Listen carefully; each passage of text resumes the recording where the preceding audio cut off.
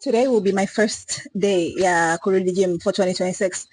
Huu ni ushauri ambao ningetamani mtu angeniambia nilipokuwa naanza safari yangu ya mazoezi. Kwa wale ambao mmeanza safari yenu ya mazoezi, lock in. Kwa wale msionijua, my name is Freya. I'm a fitness and a wellness coach. Ushauri wa kwanza ambao natamani mtu angenipa nilipokuwa naanza is start small. Anza kidogo kidogo. Watu wengi wanaishiaga kati kwa safari yao ya mazoezi is because they overdo it. Na mazoezi hayataki kiherehere.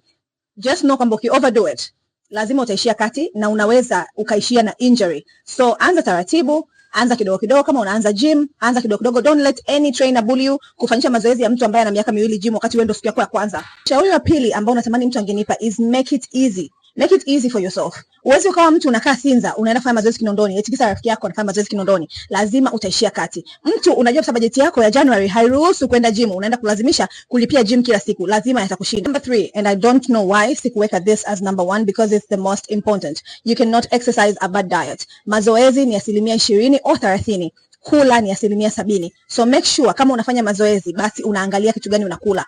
Unafanya diet ya aina hii, fatisha. Stand in your word. Ushakula sana hapa maishani. Nini kimekusaidia mpaka leo? Acha kula ovyo.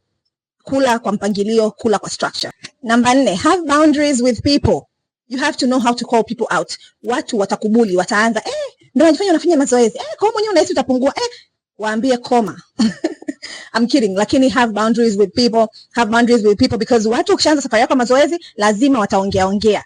Na huyu mtu anaweza akawa rafiki yako, anaweza akawa ndugu yako, anaweza akawa ni mume wako, anaweza akawa ni mke wako, lakini kutakutokea tu mtu wa kuongea hawakosekanagi. Mwambie achana na mimi, fanya mambo yako. And the last one, kwa sababu inabidi niwahi mazoezini, is find a tribe. Mazoezi is not a do yourself project. Utaishia katikati. Find a tribe, either it's online or physical. Have an accountability partner, find a coach, find a group ambayo itakufanya ukiona wenzako wanafanya na wewe unataka kufanya. Kama hujui uanzie wapi katika hili, karibu katika grupu letu la Rebirth ambalo limeanza na ni grupu la siku 21. Humo utapata accountability partners, lakini pia utapata information ya nini ule na nini ufanye.